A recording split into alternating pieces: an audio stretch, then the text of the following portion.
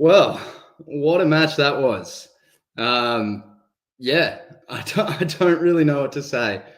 Another scary finish, but not as bad as last time. Last time I was on the edge of my seat. This time I was a little bit calmer going into that last minute, even when they got within 3 points. But yeah, we're essentially just going to go over some of the stats. I'll open up the chat as well in case anybody wants to come in, have their thoughts, and yeah, we'll go from there. So starting off with the basics, I'm going to get the shared link up. So give me 1 second. I'm also going to get the share screen up. So we'll do that too. All right, so share screen is up. Perfect. And if anybody wants to jump in the chat, you're welcome to. So I'll chuck the StreamYard link in there too.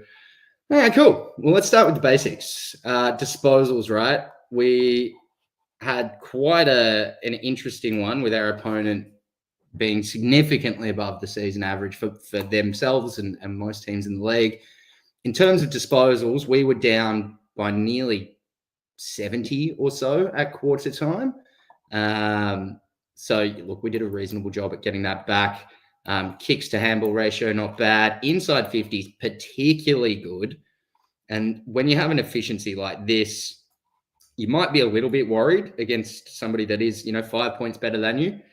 But when you have nearly 20 more inside 50s, it just doesn't matter. In terms of the hitouts, we did quite well in actually winning the hitouts. But again, hitouts don't mean much compared to hitouts to advantage. So a little bit frustrating in that regard, as we only just got over the line there, just lost clearances, winning centre. We were pretty strong until the last term there. We got a few back against us. In terms of contested possession, we won that today. That last quarter was a bit of a worry there with 49% to 39%, but that last 10 minutes we held firm. Been a pretty reasonable result in terms of turnovers, below our season average. Probably didn't put enough pressure on in some results, as North also went below their season average. But yeah, it really came down to how this sort of contested versus uncontested match went. We won the contested possession significantly. We were almost equal at quarter time as well. It really came down to uncontested possessions. They were smashing us from the get-go, and it was kind of like, are we able to get back, put enough pressure on? We won the contested possessions, ended up exploding out our uncontested as the match went on. And yeah, that's probably why we ended up winning. And this is where it was a little bit of a worry. That sort of marks, again, with their uncontested possessions, it was very unlike North, as we've seen in the past. They probably don't take as many marks as we'd expect. We normally take a fair bit more than them. They did a very good job in that regard. Contested marks and marks inside 50, I think we just had one each at quarter time, and we were down by a fair bit. So we did a fair job in catching up there. Again, let our opponent do too much though. Probably not putting on enough pressure in some regards. In terms of tackles, we see the same story. We put on less tackles than our opponent. Tackles inside 50 might have been the story at the end of the day. It might have ended up getting us done. And despite the significant amount of uncontested possessions in North's way, we had a lot more bounces, nearly double our season average, and kept North to probably moving the ball a little bit too quickly, considering how uncontested they were. Now, 1%ers probably wanted to see that a little bit higher, but we got the job done. So end of the day, it's not the end of the world. Now, that's majority of the team's stats. We're going to go quickly through the base levels and just kind of go from there. So go to disposals first. This is season averages. Apologies. We'll just go to match now if we can. Just do a refresh real quick. There we go. And yeah, clear man of the match, Nazaya. Led clearances, led a few things, meters gained from memory. There was a few others, clearances, center clearances as well, I believe. Yep, 5 from center. 1, 2, 3, 4, 5. I mean, nearly got half of our center clearances by himself. It's incredible. I believe he was score involvements as well. Intercept possessions. Jack Sinclair played a great match in that regard. Hunter Clark probably going forward wasn't too bad, but I'm worried about a few of the things he did. He gave only it was 3 free kicks against. I did think that was the case. But going inside 50, he wasn't bad. Again, Naz, Roma, and probably Max Hall, the best in that regard. Roma had a few goal assists from memory. I'll have to double check. No, just the one. All right.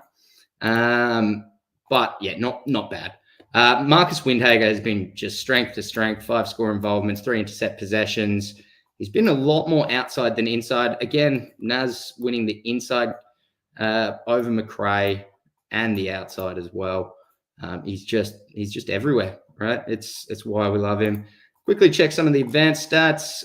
Hit-outs to advantage, Roma with 7, Max East with 2. And we'll quickly look at the Kangaroos, which is why I was a little bit unhappy with Roma's job today. Bryn Teakle should not be getting 7 hit-outs to advantage against any AFL side. So that was probably not good enough in some regards. But, there was reasonable results from Roma as well. 4 clearances, I believe, only 1 from Guts. But not a bad match. Could have been significantly better, though. In terms of turnovers, Naz did lead the way there. I was quite worried with Hunter Clark and Jack McRae to start the match, as they were on 4 and 5 respectively at that point. But they didn't have one after quarter time each, so that wasn't too bad. If we move over to forward 50, ground ball gets Mason Wood. Again, Nazaya everywhere in that regard. Ground ball gets, he won that for us too. It's hard to go past Nazaya as the man of the match. Didn't end up winning the marks on lead. I thought he would have equaled that, but Zachy Jones got 2. Good on him. In terms of score launches, Roma with 5 there. I think that's where I got confused with goal assists a second ago. And yeah, shots on goal, he had 2. Probably could have done a little bit better with Max Heath as well. 5 shots on goal. Would like a little bit more than his I think it was 2-1 at the end of the day. Pressure acts, definitely not bad. Max Hall leading the way. We probably don't need to say too much about him because he was off, but Steely has been leading us in pressure acts for the vast majority of the season. Hugo's been getting there. Jack McRae's also been helping out a fair bit, but to see Boxall there, to see Nazaya, Hugo, and Max Hall bodes well for our future. Defensive half pressure acts, Hasty did well in that regard. I do think Hasty needs to work a little bit more on just generals.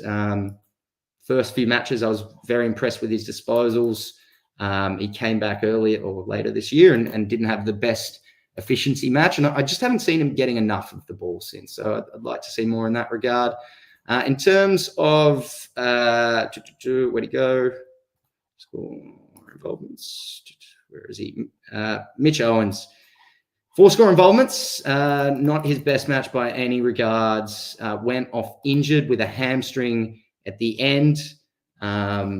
Hopefully that's not a long-term issue. And look, even if it is, it's towards the end of the season now. He's got a good 6 months to get ready for next year if need be. But yeah, not a bad result from any of the boys. That first quarter or so, not great, but the rest of it was, pretty good. In terms of Maxi, yeah, I wanted to see him in the guts as well. He's looking like one of our best, or he's developed the most out of any player this year. So love him, want to see him in the guts more. Yeah, I'm not sure whether I prefer him as a half forward flank over centre bounce. I don't necessarily hate him in centre bounce at all. I just think he's more effective for us in front of the ball. Just going to see if I can pull up some information there or not. Don't think we have that yet, but I'll double check. It's just we have such bad movement ahead of ball. So I really feel like we need to kind of keep half forward flanks doing half forward flank things.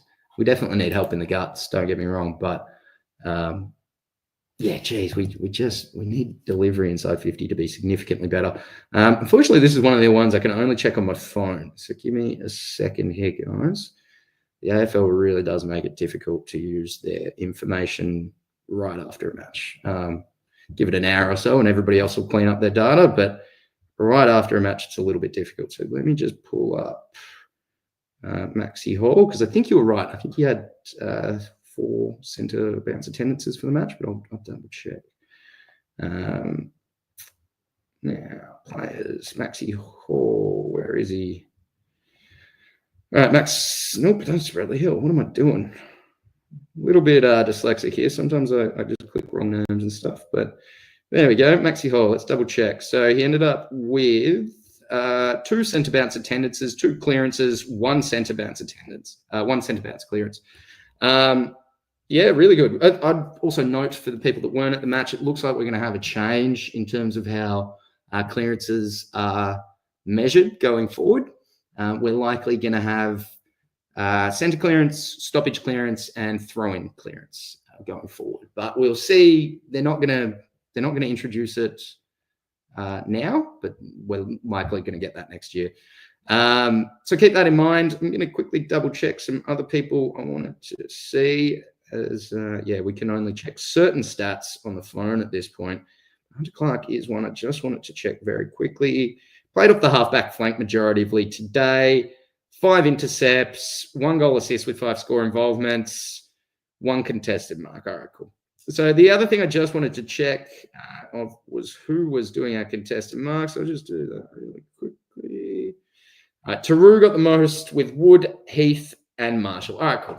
So look, one thing I did want to see throughout the match that, we got there eventually, but weren't doing the best to begin with, was just contested marks. We were getting, and we saw we got dominated in marks in general, but contested marks were just non-existent in the first quarter. I think we got the first actually in the second quarter. So yeah, needs to be worked on there. There's a lot of things to work on after today. I'll be honest. There's parts of me that wondered how much we wanted to win that. There was a few moments where I just questioned the decision making, maybe not of players, but where they were asked to play. So yeah, it was a bit odd in some regards. We've got a question here. We've got Naz. We think Naz might have been a bit tired. We'll quickly check time on ground. I believe it was 87% time on ground.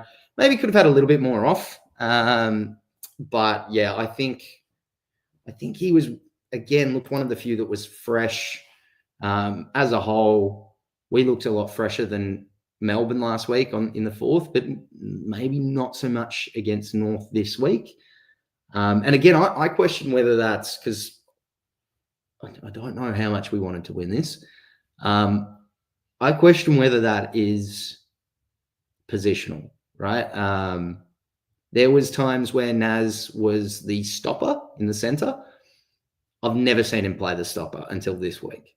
So he was out on the defensive side. Normally he's the run through move to the defensive side to catch or come back off the defensive side to wheel around inside. But he's very rarely the stopper at the back of the contest. That's normally Steele's job or McRae's job. And I actually saw Steele and McRae in the offensive positions for our centre clearances, which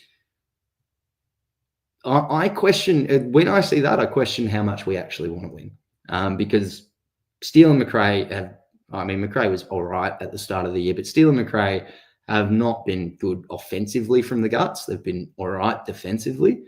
But until we had Naz doing what he was doing the last 2-3 weeks, we've had very little offensive levers to pull. And yeah, look, maybe you give the captain a crack. Maybe, you do give McRae a crack here and there, but it's odd to see both of them in the offensive roles. So yeah, I wonder at the end how much we really wanted to win it.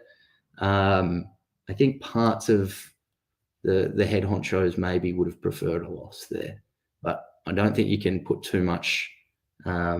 I don't think you can be upset with this. I think it was going to be put the players in positions that might be difficult for them to kind of win, where we haven't always been winning those contests throughout the year. And look, if they can show that they can actually do it, then awesome. We know what we can still use going forward and what we maybe can't. But Yeah, I think there was an element of put the boys in difficult positions, and if they still get it done, awesome. If they don't, it's not the end of the world. Yeah, so while Naz maybe looked tired, I don't think he was. I think he was just being put in positions that haven't been used particularly from him so far, and probably not his best roles either, if you're asking him to play the guts. So, yeah, it was a bit odd. There was a few moments. Yeah. Maxi didn't get tackled. I'm going to put that one out there. Maxi got punched straight in the guts. He did not get tackled at all. Like, go and watch it back. He didn't drag Max to ground. He dives out, throws an arm around Max and smacks him in the guts. I'm not sure how that's like at all legal. I think he needs weeks. Yeah, this would be one that I think Saints fans need to push on social media. If you're one that likes to make fan edits on TikToks and whatnot, I reckon that's one. I think we got to put pressure on those sort of moments, because it is ridiculous. And like I've got a bit of a vendetta against certain umpires and whatnot. But I mean, there was moments tonight where the whistle was completely put away, and the ones that made it obvious for me that there's like a level of like the umps aren't really doing what they should is you'd often see like a whistle go to the mouth and then just not get called. Like they just wouldn't. And it's not like they just didn't stop the play where they normally would. And yeah, there's moments of that throughout all matches of AFL. I think the umpiring fraternity needs a real look into, as they've been deplorable for years. And I mean, Laura Kane, whoever's in charge of it at this point, because I think she got flicked. Yeah, they need a serious look in.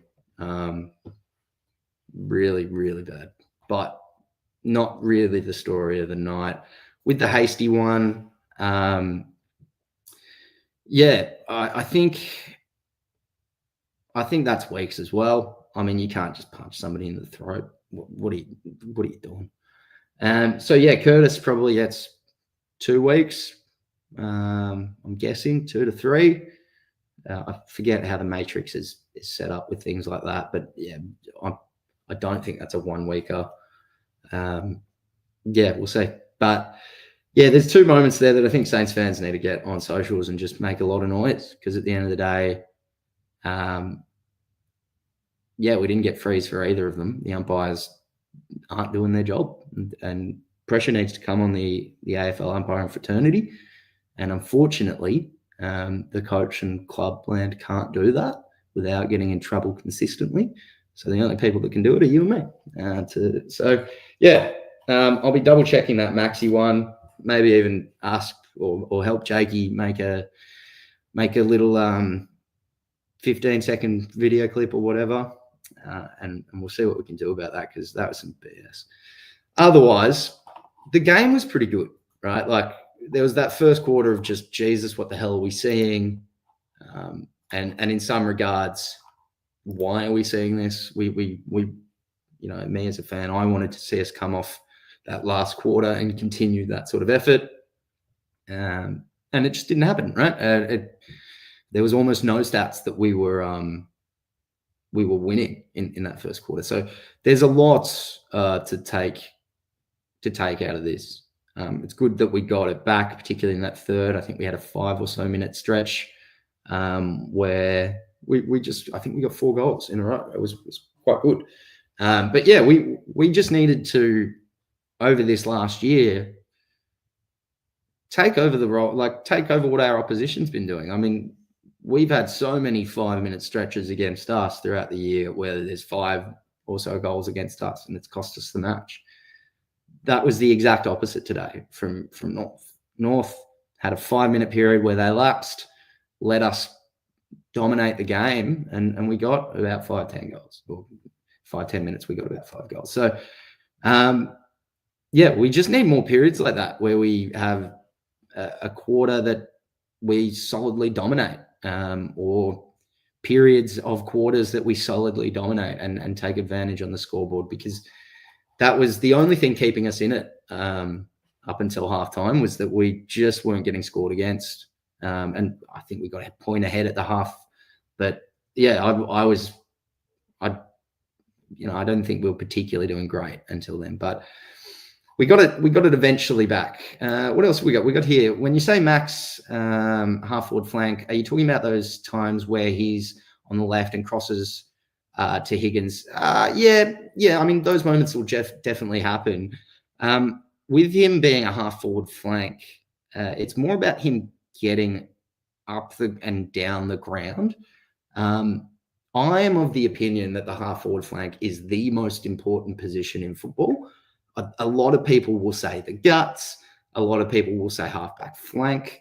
I think it's the half forward flank, because as much as, winning the guts, winning it from center is great. It's rare that you get goals from center consistently. And I wouldn't be expecting it to win a premiership. The only time I can think of it happening was when the Dogs just shat the bed against Melbourne. So yeah, I mean, center guts clearance, scoring from clearance is great, but you're going to have the most ability to move the football from the halfback flank. So that's why people put a lot of importance on movement of the ball from the defensive half. But I think you've got to make those players accountable. As a half forward, your job is to make the half back go, oh, actually, I probably shouldn't let this guy get more than 5 meters away from me, because I'd like to be near the guy that's going to fly in and try and get the intercept mark, get the ball off the ground if he doesn't mark it, or be there for the handball receives and start the play out of defense. But if I'm not paying attention to Max Hall, I'm going to miss him. He's going to go 20 meters, 40 meters up the ground, be at the halfback flank. I probably don't want to leave him alone, because he's very accurate with his foot. He's very good with what he does. As you said, he's nailed those inside 50 kicks. He also nails the kicks going out of defense. He nails the kicks and passes from our guts as well. So while I love him in the guts, I think that the most important role in footy is a half forward flank and being effective as a half forward flank. And he is one of the most, not only for us, but in the league currently. It's one of the reasons I think Adelaide's done so well this year, in the sense that they brought in Alex Neil-Bullen. They brought in before that Isaac Rankin, and then before that they drafted Rochelle and a couple others, but and Keys and whatnot. But I think the half forward flank is the most important role in footy, and I think you can find midfielders like easier than half forward flanks, like a decent midfielder that nullifies a contest, a la Steele, a la McRae, Clark to a degree. They're pretty easy to get. Like, if we wanted to, we paid pick 40 odd for McRae last year. Like, they're not hard to get. And while we'd like better, we're going to have pick 7, 10, something around those lines, and get a chance to get a midfielder in. We're going to have Pooh back soon. So while I think it's good to give some experience to Max in that role, so rotations and whatnot, and be effective when you get the chance, we just need so much better delivery inside 50, which we saw in some regards today. But yeah, let's keep that sort of moving along there. Sharman flying in was good, even if he didn't exactly convert. Yeah, it's been similar for Sharman throughout the year. I reckon he's got an injury in his ankle or something of that ilk. The way he's changed in terms of kicking for goal, it doesn't look like his run-up's any different. Like, I went back and watched some of his highlights from last year. Doesn't look like his run-up's any different. Ball drop doesn't look any different. Follow-through doesn't look any different. The only thing I can think is maybe he's getting injections in his ankle. It's hard to keep your foot on the exact angle that you want if you've got numbing injections in your ankle to keep running. So that's my thought process. I think Sharman's got some sort of ankle problem, and he just can't angle his foot the way he wants, because I just can't see anything different with the way he's going about it. I'll be honest, I had a bit of a chat with Jake about this, particularly before even walking into the ground. Jake's a fan, which is fair enough. I think Clark is the type that either does very well or turns it over. Like, I don't think he's got a bunch of just link in the chain sort of style stuff. I think he's good at finding an option that others wouldn't, but executing on that is so 50-50. And I think that's my major problem with Clark, that he can see things that others can't. But if he can actually do that, iffy. He's not particularly quick either. You're right. I don't love him as a halfback flank. I'd be looking at figuring out what to do with Clark, because I didn't mind him at half forward for certain matches. I haven't hated him at half back historically. I don't know if it'd work now though, because I mean, we've got four, as I mentioned before. I think the half forward flank position is developed into like one of the most important positions in footy. I don't know if I trust Clark with that. Half back is probably the second most in my sort of lineup, and then guts being the third most important. And I just don't know if I trust him in any of those roles. And I struggle to see a position that he could fill outside of those sort of roles either. So Clark's a difficult one for me, because I think his moments of brilliance are almost better than others in our team, just in the way that his vision works and seeing things. But his execution is so iffy that I almost, in some regards, feel more comfortable when I see Jones trying to take on somebody and do 50-50 kicks, because I know that his 50-50 kick is pretty much going to that place. It's just whether that's the smart decision or not. Whereas Clark sees the smart decision, but sometimes just can't hit it. So yeah, it's a tough one with him. In terms of that sort of what I would call, I wouldn't call it first brigade of midfielders, first brigade of halfback, first brigade of wings, or anything like that. In terms of that, those sort of players, Jones, Clark, those sort of types, I think we're probably seeing the end of them this year, to be honest. Like, I doubt Jones gets another year. Clark's signed from memory. So I think he probably moves into the backup role. That next player up behind Steele, McRae, that sort of thing. Because I do think next year we're probably looking, provided we keep him, Naz, Philippou, and Garcia a lot in the guts. So with McRae and Steele kind of being that next line coming in. So yeah, I don't know what to do with him. I think he's unfortunately moving into a backup position. Burns got to go. I don't know. I finally got to see something that I've wanted to see with Burns today, which is essentially him playing forward. I think Burns often gets to the right spots. I think he's not the most damaging with ball, but he also just doesn't turn it over a ton. I'll double check, but I don't think he got any turnovers today. Let me just pull it up. Turnovers. No, that's tackles. Give me a second. Turnovers. How'd he do? Oh, he got 2. All right, fair enough. Look, there's always going to, if you're looking for the best option, it's, and you want to get the best positions, you just want good players in the best positions. Yeah, Burns probably ends up pushed out. To be honest, though, if I'm going to, and he's not playing, so I feel bad for bringing him. Oh, I forgot I brought this in to win, guys. So, oh, God, that smells nice. Anyway, if I'm thinking forward pocket sort of role. We've been asking Butters to put pressure on that sort of thing. Honestly, I wonder if Burns is more effective than Butters as a forward pocket, because he got his 1 goal one today. Probably should have had 2 goals. That dribbler was just silly. But probably should have had 2 goals. Put on a fair bit of forward pressure. Only had his 8 disposals, and yeah, he turned it over twice. But I would much rather Burns turning it over in the last, like, North's last line of defense than turning it over at halfback, right?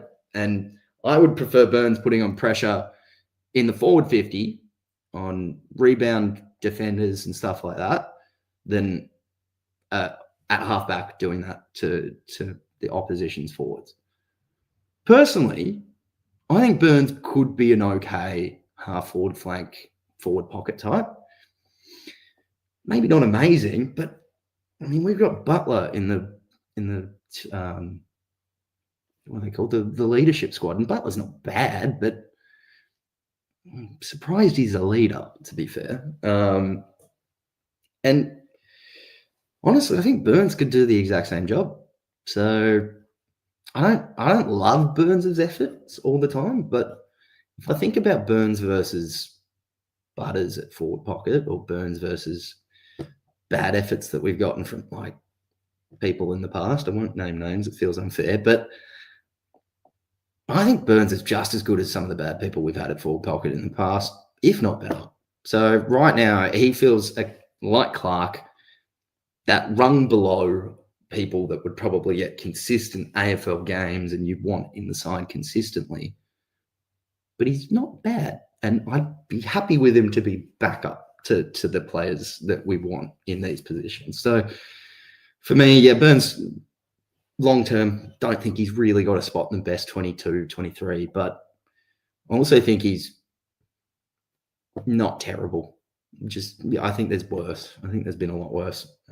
So, yeah, I'd keep him. I'd keep him for another year. Honestly, there's worse players out there, and you could waste a position so easily on a worse player. So I'd keep Burns for now. Thoughts on Garcia? Yeah, good question. I actually haven't double checked his stats today, so let's do that. Base level stats. Garcia, how do you do? 15. Yeah, okay, so not his best day. 4 clearances, a goal assist. Not his best day. I don't think it's his worst. Let's have a look at some other things. Did he get any centre clearances? He got 1, 4 inside 50s, 2 score involvements, 1 intercept possession. Mostly played the outside with about 73% disposal efficiency. Let's have a quick look at... Yeah, he could have played better. He definitely could have played better. Long term, he looks like a good player. He did a fair bit of math last year, which I'm fixing up now because I screwed something up. Anyway, I did a fair bit of math last year in terms of like judging players, all that jazz, per minute, per time on ground, minute on ground. Garcia is one of our best in some regards. Now, in terms of putting pressure on, getting clearances, getting the ball in general, he is one of our best. Using it has been the major issue so far.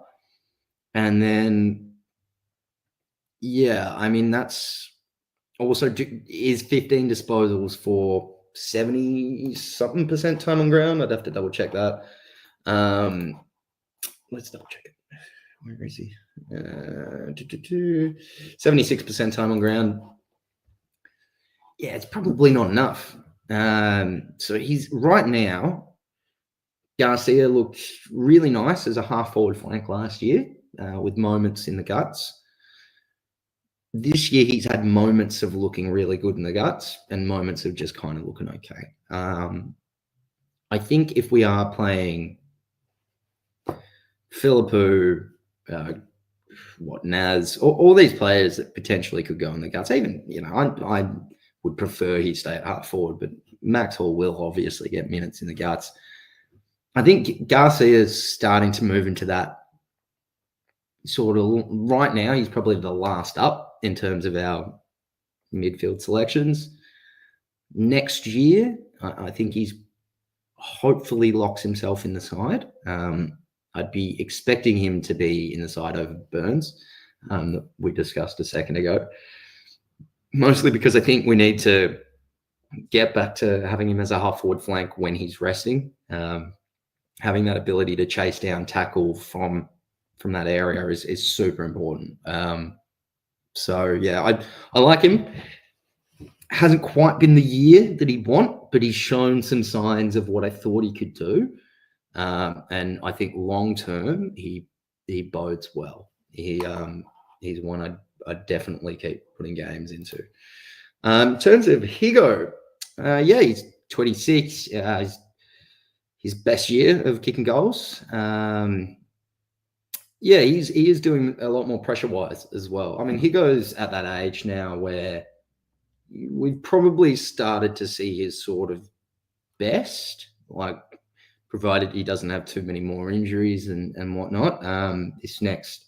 This last year or so has kind of been a pretty solid block of form, and he's progressed throughout it. I mean, for me, Higo hopefully next year has about 50 goals, roughly. He had a bit of a dip this year, sitting at 41, 42 at the moment, something like that.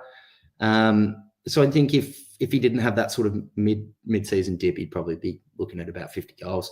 You add somebody like King in there over Keeler, Moose, Marshall, whoever's playing that full forward role, you're probably getting an extra goal or so a game.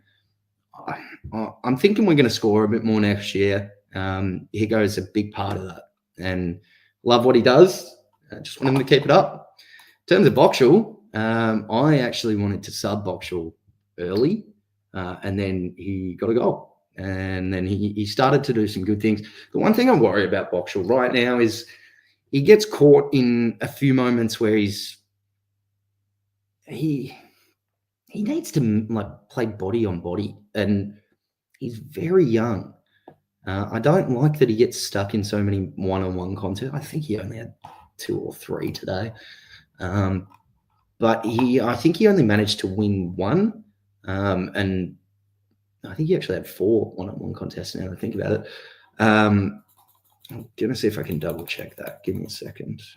Contested defensive one-on-ones. Must have been offensive.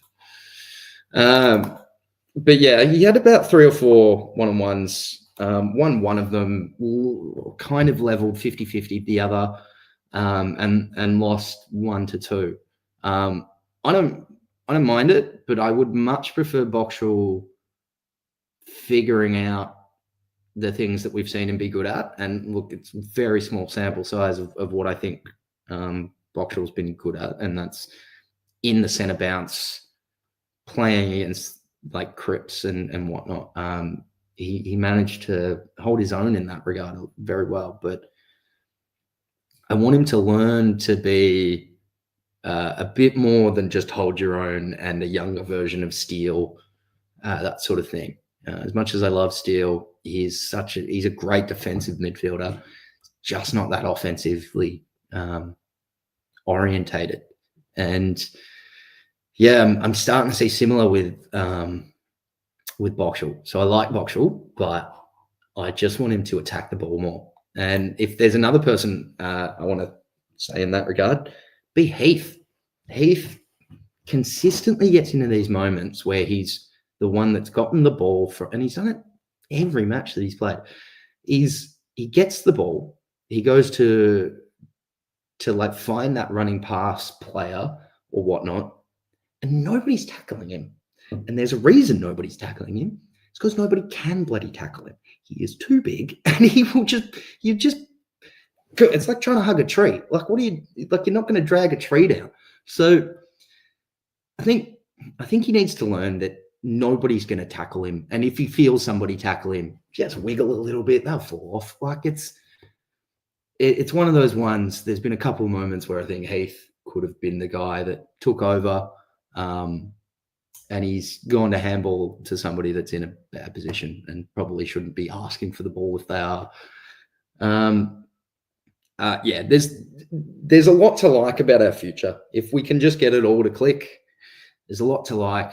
We just need more of those 5-minute, 10-minute periods where we dominate teams. And to be honest, I'm a bit annoyed today that we didn't get more than the 1 5-minute period. It's enough to take down sides like North, nowhere near other side. Like that wouldn't have done it against Melbourne. Like a 5-minute period of the way we played today and the rest of the match, similar to the way we played against Melbourne, just wouldn't have got it done. We needed a full quarter to kind of get that 8 goals back. So yeah, I mean, I'm a little bit frustrated that we only saw it for 5 minutes today. I'm glad we at least saw it for 5 minutes. But yeah, these are those ones where if we could play the way we did of scoring 4 goals in 7-8 minutes, something like that. If we could do that, twice a match, 3 times a match, every quarter we have a 5-minute period where we play like that, we'd win majority of games. Like just straight up win majority of games. It's one of those ones where I think, and I saw it today a bit as well, especially in that first quarter, first half. It just looks so difficult to get goals and consistently just doing silly things, not being able to take contested marks, just directly kicking it to the opposition inside 50.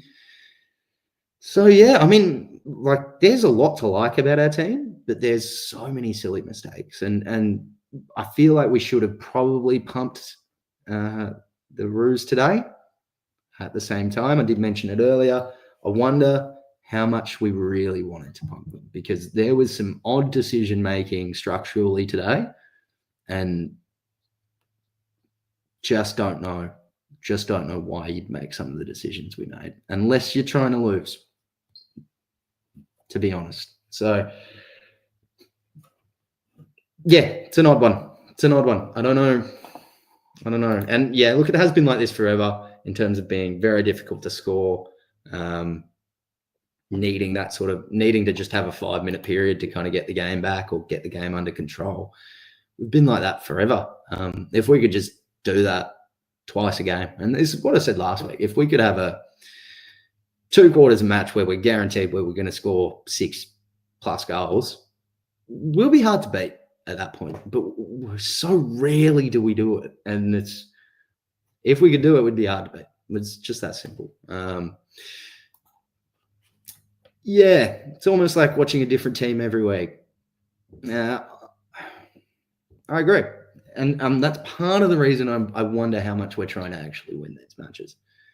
Because consistency, provided you find something good and it keeps working, is how you improve. Like consistency and like whether it's doing YouTube videos, whether it's whatever, consistency is how you improve. And we very rarely stay the path. And when we do stay the path, if I'm honest, we make fucking stupid decisions and consistently play, and I mean this nicely, Steele and McRae in the guts, chucking Clark in there. Like they're silly decisions. Like we know we're not going to win them. Evidence tells us that. Why are we doing it? Why do we just keep going with it when we know it doesn't work? And then when we try other things, as we've been doing, we don't stick with something that we've found that's worked, not particularly for long. Like if we find something that works and then it stops, we try and flip the script. It's just, and it's mind-boggling when we spend so much time just doggedly going, well, Steele and McRae are definitely the guys in the guts. But the second we get it working with a different group and it stops, we go, back to the guys that we know it doesn't work with. It's weird. It's weird decision making. Yeah. I feel like that's the issue you have with some of the late draft picks. You can nail the pick, but unfortunately they have the flaws to their game, unlike the top picks. It definitely makes sense. I think, and look, if you're building a team, you need to nail your lower picks, and I think we've done pretty well. If we're talking about just what are they worth, they've all maintained their value in terms of on the trade market. Like Heath, right? I don't even know what we got him for. I think he was a rookie pick, maybe mid-season. I think he was mid-season. But mate, like, he's probably now worth a third round pick, something like that, right? So he's maintained value. If you were to look at Hugo Garcia, second to third round pick, probably if you're trying to get him off of us, maintained his value. A lot of these kids are maintaining their value, whereas in the past, they just haven't. So off topic, Carlton up by 30. Who are Carlton even playing? I'm at the time of the year where footy's all starting to blend, and I just can't remember who's doing what. Oh, Carlton up by 30 on Fremantle. Yeah, that's bizarre. Jesus, Port getting slammed again. I can't imagine why you'd want to play for them. I just can't imagine why you'd want to play for them. How many Cameron kicked 6? He's on track. Cameron might make the ton. That'll be entertaining. That'll save footy. Yeah, I mean, it's just like if we're going back to how we've done, we need to nail the draft picks that are kind of further back. You look at Schoenmaker, probably not worth a ton, but if Tassie came in and wanted him, he'd still be worth a pick in the 50s, and that's kind of yeah. I mean, I think Saints Nation has gone a little bit early on some of the mail that has been out there, but I do like them. They're a good group. Did you think Naz would announce last week? Yeah. I don't want to say too much about this, but it's not because I know anything. It's because I'm starting to get a little bit worried. I thought Naz was probably going to sign last week. If it had been done, as some had been suggesting, and we were just waiting on the right moment, there was never a better moment than last week. So that was a lie. Whoever was running with that narrative, started that narrative, whatever, that was a lie. I do think it's unlikely that he gets to Port. I was speaking with this to Jake. I just don't think there's a way to get it done. Like, I look at it and I go, I cannot see a way to make this work from everyone's angle. Even if Naz wanted to go home, right? And we were just not happy with what Port offered, like not at all, right? Say Naz went to the preseason draft, he would go to Richmond or West Coast. It is that simple. Like, we wouldn't get him back. He would just go to Richmond or West Coast. And look, they might be able to pick him up and go, hey, we'll take somebody that does want to play for us for a year.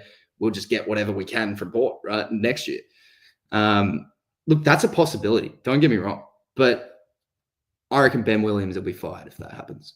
So I don't think that's happening. I just can't see that happening. I can't see Ben Williams getting to that point where he puts his own career on the line. So I don't see it going to the preseason draft. I can't see the trade value that's worth it. From what I understand, Port and Adelaide can't match if we really were to go above and beyond, which, as far as I understand, is what we're doing at this point. Like, we've the Tex Wanganeen thing, there was rumors of that, like, I don't know, 2 months ago, something like that. So, like, it feels like Morris is running with mail that's like pretty old. There was suggestions that the dinner that happened at Bassett's was about 2 months ago as well. I hadn't heard anything about that, so I had no clue. But yeah, I think we're hearing old mail because people just have no idea. Like, nobody's saying anything. I kind of hoped we'd see something today. Like I was kind of hoping we'd see something today, to be honest. Tex over Burns in the pocket. Neither of them, to be honest, but maybe one day. Who knows? Tex is what, 21, 22? But yeah, I mean, Tex isn't going to play anywhere else. We need to fill out our VFL side going into next year anyway. So look, I think Tex is joining us whether Naz stays or goes. If Tex gets more than 1 year, I think that kind of depends on Naz. But I can't see a way it gets done. I just can't see a way it gets done. I've got the inkling Naz does want to go home, but there's just not a way to make it happen. Not this year, at least. Yeah, that's my assessment at this point. I don't know anything. That's just what I think. But yeah, I can't see Ben Williams letting it get to a preseason situation. He'd be fired. Like, if Naz ended up at Richmond or fucking West Coast, he'll fire Ben Williams straight away. If Naz were to somehow not get a deal, like this is the thing, right? We're starting to get to the point of like, if we're discussing like contracts and things like that, we also need to be discussing the potential for the contract not working and what the options elsewhere are. And the options elsewhere don't seem to exist. So yeah, feels like the inevitable has just been delayed. My thought process is Naz will probably sign a 2-year deal. I thought it'd probably be longer earlier in the year when, there were suggestions he might get it done before the midway through the year, but I don't know. I would have thought he wanted to get to 8 years in the system so he can just pick wherever he wants to go for however much money. That would have been what I assumed he wanted to do. But yeah, maybe he wants to go home straight away. Maybe he wants to do a 10-year contract. Who knows? I really don't know. But it feels like, yeah, I don't love it. I'll be honest. I think we're putting pressure on the situation now because there's a million, like, we love you, Naz. We love Naz fucking stickers or whatever, like banners or whatever getting handed out of the game. I don't know why we'd do that if it wasn't signed, unless we were trying to put more pressure on the situation. Likewise with the clip getting out from the Brighton hotel, that had been planned ages in advance. It's not like Naz signed or anything like that. But I wonder if Naz getting put on Ross's shoulders and a clip getting out to the media was on purpose to a degree, to put further pressure on the situation, because up until this last week or so, 2 weeks or so, we hadn't been putting any pressure on it. None. So I'm wondering if we flipped the script on that regard and gone, hey, putting no pressure on is not working. So now we may as well start putting pressure on. That's my worry about this situation. I don't know if any of that's true, but yeah, that's my worry, that everybody's trying to play 4D chess and we're all just making life harder. So yeah, I don't know. It's a good win today. I'd prefer to think about that more. But yeah, it's a little bit worried. I'm a little bit worried that we're scaring him off. I'm a little bit worried. So yeah, I can't see how it gets done, but I'm a little bit worried with how it's coming across visually. I'll be 100% clear. If Naz goes, I will be calling for Sauce's head, like straight up. Not the guillotine, obviously, because these things have been misinterpreted by the media a fair bit recently. So chill out. But like, Sauce, if he screws this up, he needs to go straight away. Need to go, and like, don't tell us why. Don't tell us why you did whatever you did. Get out. That'd be my suggestion for him. Get out, find a new job. Don't talk to us still again, like ever. So yeah, Sauce, fix it, mate, because I guarantee you're not getting a job here. You're not getting a contract extension if you screw this up. That's just how it works. Like, the Saints fans won't ever hear they won't let you hear the end of it. And for every reason, like they shouldn't. If you screw this up, Sauce, you're going to get it from me. You're probably going to get it from Jake. I don't know. I haven't talked to him about it. You're probably going to get it from every Saints fan, because this is the one thing you can't bloody screw up. You can go and pick up 4 or 5 bloody Carlton players that you think might help us. Whatever. If you screw this up, go on, get out. So, yeah. That's about that. Yeah, his dad did play. Played for us. Not going to speak about his biological father. Naz doesn't want to, so we won't. Do we not think an Aboriginal player who was deeply rooted in his culture would eventually want to go home? I thought that when we drafted him, not going to lie. I mean, maybe. Like, man, there's been plenty of Aboriginal players that maybe don't want to go home. I don't think Aboriginal players in general want to, just be around where they were born, that sort of thing. I definitely think there's obviously connections to the land in some regards. What that means to each person is individual. So maybe that was always the case. Maybe it's still not. We don't know. But yeah, I can see why that thought might have come up. I can see why that thought comes up. That being said, Terry Malera, sign him back up. Get him in. Come on. Come on. I don't mind. You can come over. I got a spare room. If you want, you can stay in my place. I don't mind. I don't know. I'm at that point now where it's nice to see a win. Look, in some regards, almost wish we didn't. But I want the boys to be happy.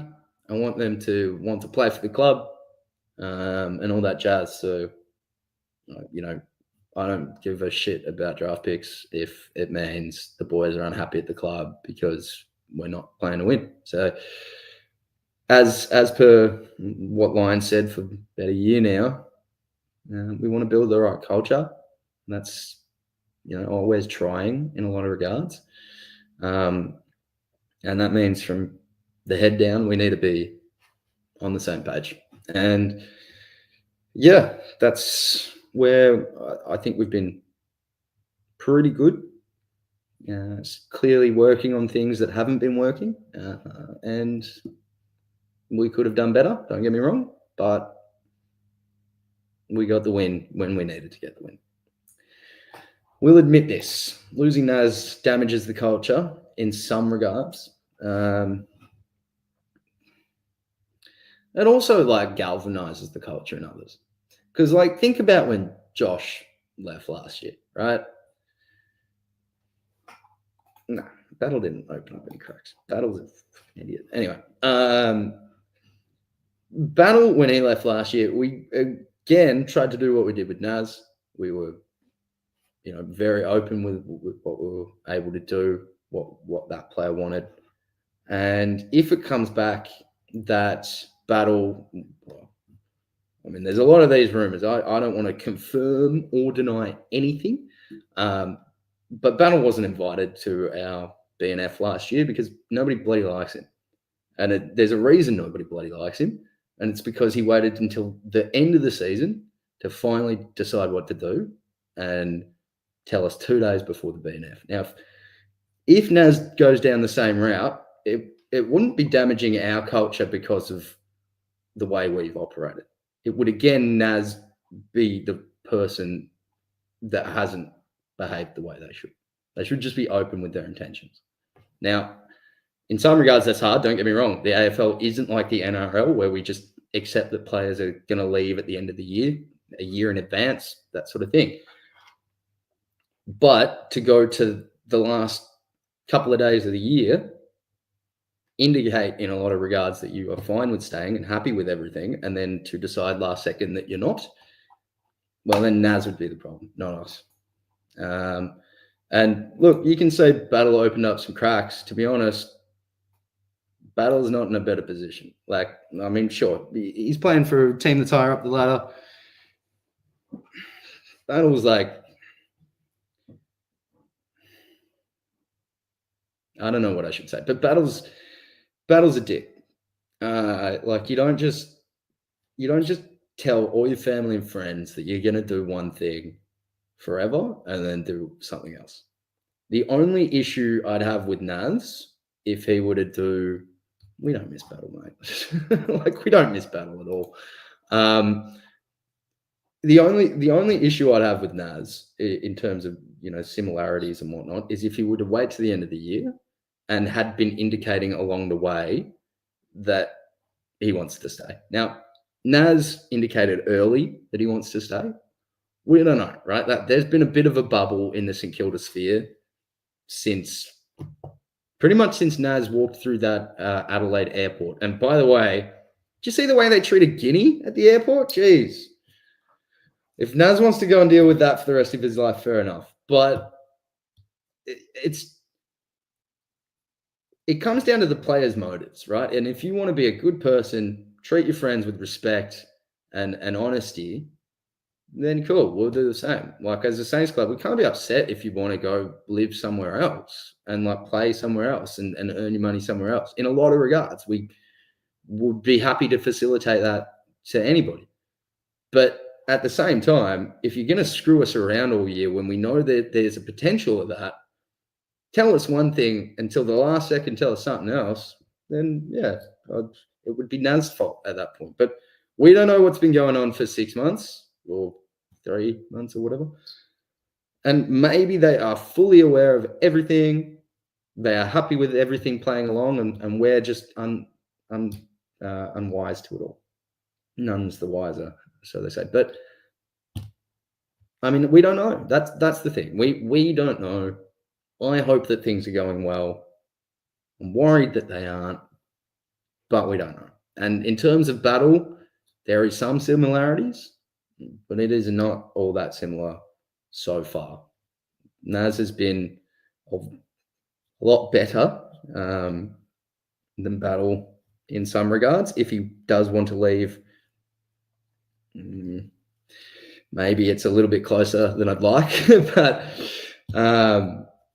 yeah, I mean, to be honest with you, Naz has been like playing his best. He looks like he loves the boys. He's not sitting there just saying, oh, you know, I'll take the media, keep my name in the media because, you know, it helps everything, and say, oh, I'm, you know, happy with the boys, but I'll let, you know, my manager and the team figure it out at the end of the year. He's not saying any of that. He doesn't want to speak to the media. I think based on everything that I can see, I think he stays. Not happy with how it's all gone down, but I think he stays. But yeah, we've gotten sidetracked. We're talking about Naz's contract again. Bloody talk about Naz's contract all the bloody time. I'm over it. In terms of the match, it was good. It was a good match. Would have liked us to be a lot more. I would have liked us to put more effort in that first quarter, but otherwise it was a good match. That last quarter was a little bit frustrating as well. I think we kicked a point until that goal from Maxi Hall at the very end, but that's footy. Like, sometimes all it takes is one good quarter to win it. Again, we've discussed this. I'd like that to be 2 or 3 good quarters so that we can beat most teams. But I think we're about done. Hey, like we've been chatting for about an hour or so. I feel like I keep looping back to Naz's contract. I want to finish this beer and not just keep chatting. So I'm thinking I might wrap it up. Look, if you've got any questions, feel free to shoot. Happy to answer anything. But yeah, it's nearly walk the dog time. Have dinner. Gotta have this. Yeah. But look, I'm gonna get one more scroll through of the team stats so that we all have seen things. We all kind of know the same stuff. And it's on the page. So we were demolished in that first quarter with disposals in general. I think it was 70 to 150 or something along those lines. So it was just shocking. It wasn't quite that bad. They weren't quite getting 2 disposals to every one of ours, but it was getting close. We came back, though, in the second quarter. Kicks were looking much better. Likewise with handballs. The main thing that I think won us that match was just positionally on the ground. We had dominance. Time in possession, we generally had dominance. And this led to a lot more inside 50s. We were less effective, but it's pretty common to what we've been throughout the year, actually. A little bit better. So, and higher than the best team in the league at the moment, which is the Doggies. That, though, is a problem. We aren't putting enough pressure on our opponents, and they are consistently having better disposal efficiency than us, which leads to better disposal efficiency inside 50. And yeah, nearly lost us the game in some regards. Now, hitouts, not bad, but if we looked at hitouts to advantage, we only won by 1, which kind of been the issue with Marshall. I am glad to see him actually starting to win some against VFL level ruckman, but he needs to win them and actually put them to our team's advantage, which, yeah, it was a bit annoying to see Bryn Teakle get 7 hitouts to advantage. That's just not good enough. Clearances, yeah, losing by 1 to North isn't the worst. They've probably developed their midfield more than anything else. That being said, we won the centre clearances and not the stoppage. So around the groundwork was probably not good enough. And we see that when it comes to possessions as well. We won the clearance battles, we won the contested possessions and a lot of the clearance battles, but outside run was just non-existent for the majority of that match. And we shouldn't be letting a team put an extra 10%, 20% on their average of uncontested possessions. That's not really putting up enough pressure, which we see when we go down to the defensive side of things. We had less tackles than North. We had over doubled the tackles inside 50, about our season average, and kept them quite low there, which is good. But yeah, 1% is, again, very close, where we should be doing a fair bit more there. Now, despite all their running advantages, they did not actually run it. We got 15 bounces, nearly double our season average, and kept them below theirs of 7. So reasonable efforts in that regard. If we go back to the marks again, that shows why they were holding possession, but they used it too quickly. When they had the ball, they used it too quickly, went to contests that perhaps weren't as good as ours. And look, they did a reasonable job in that last quarter to try and win it back, but we held off in the final 10 minutes, which, yeah, is generally the story as a general. Looking at who's out quickly, I don't know who we drop after this. Let's have a quick look at the lineup. Oh, that's right. I'd be dropping Hunter Clark. Hunter Clark, Zach Jones, both of them would be on the edge of selection for me. Hugh Boxall would also be close, like with Hasty. I think both of them could do a little bit more. Haven't got to see the VFL results yet, but Pooh and Wilson I did hear do well. So it's good to see that others are saying the same thing. But that's about it for today, guys. If you do have any further questions, feel free to shoot me a message. I got the Instagram, Wooden Spoon Data. We'll have a video coming out with Jake on SaintsTV. I don't think Jake will be in it. We might be doing a video to end the season where we kind of review things in a little bit more depth, but that's still a couple of weeks away. That being said, that's about it, guys. Thank you very much for coming past, saying hello, putting your 2 cents in, asking any questions. It's always good to chat about Saints footy and de-stress, unwind after a match. So thank you very much for joining me, and hopefully I'll see you again soon. And I'm going to go. Cheers, guys. Enjoy the rest of your night and weekend.